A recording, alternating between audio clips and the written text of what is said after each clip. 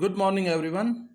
Today we are doing chapter 2. We are not afraid to die if we can all be together. Written by Gordon Cook and Alan East. This is part 1. This lesson is a heartrending account of how the family of the narrator had an adventurous ordeal. Ordeal means a difficult experience, basically, at sea and a close encounter with death during their journey. Let me tell you here the narrator is basically a businessman from England, and he had a long cherished desire to take a round the world journey through sea route as earlier done by James Cook. So that is why I have written here a long and cherished desire. What was the desire? To duplicate a round the world voyage. Duplicate means to do exactly done earlier. It was earlier done 200 years before by James Cook, a navigator, and this journey is 1,05,000 kilometer. So he wanted to duplicate this round the world voyage. As you know, we need a lot of preparation for that, and he also did. Along with his wife, Mary, he spent 16 years for the preparation. Means he spent 16 years alive in the sea, experiencing the difficult and the roughest sea. Built Wavewalker. Wavewalker is a boat or a small ship weighing 30 ton and 23-meter long. It was a wooden made and some other material so as to make it lighter. And it was tested in the roughest of the seas.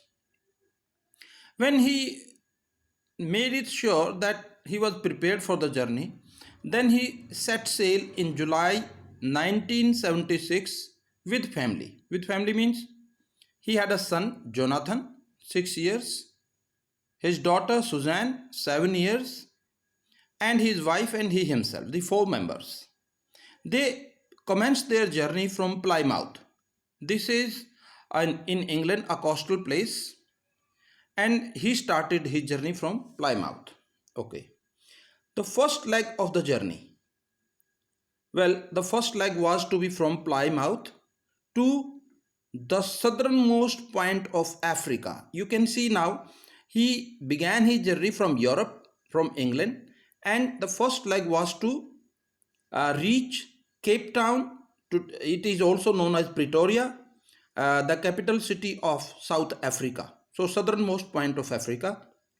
He had to reach there in his first leg of the journey. And this first leg of the journey was quite pleasant, as I have written here. The sea is not as rough. Sailed down to Cape Town, Africa. This was a pleasant journey. There was nothing insignificant there. Joined on board there after reaching South Africa, he took a break, and there he asked Larry Wiesel, an American, and Herb Sagler, a Swedish from Sweden. These two navigators, actually they were crewmen. He joined them as crewmen. Now they were 6 in all.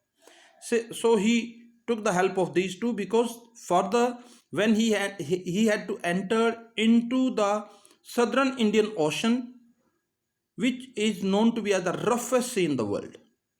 So here I have written, commence a journey from there for southern Indian Ocean, which is the roughest sea in the world, and where he had to reach now.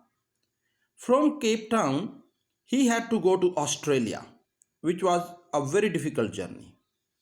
So he encountered in the very beginning, just a few hundred kilometers into the sea, southern Indian Ocean, they started encountering strong gales. Gales means winds, I have written here.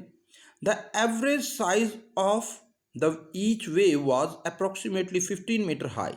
15-meter is a great height. Actually, you can go to 3-4 stories building. On 25th December, they reached approximately 3,500 kilometers east of Cape Town.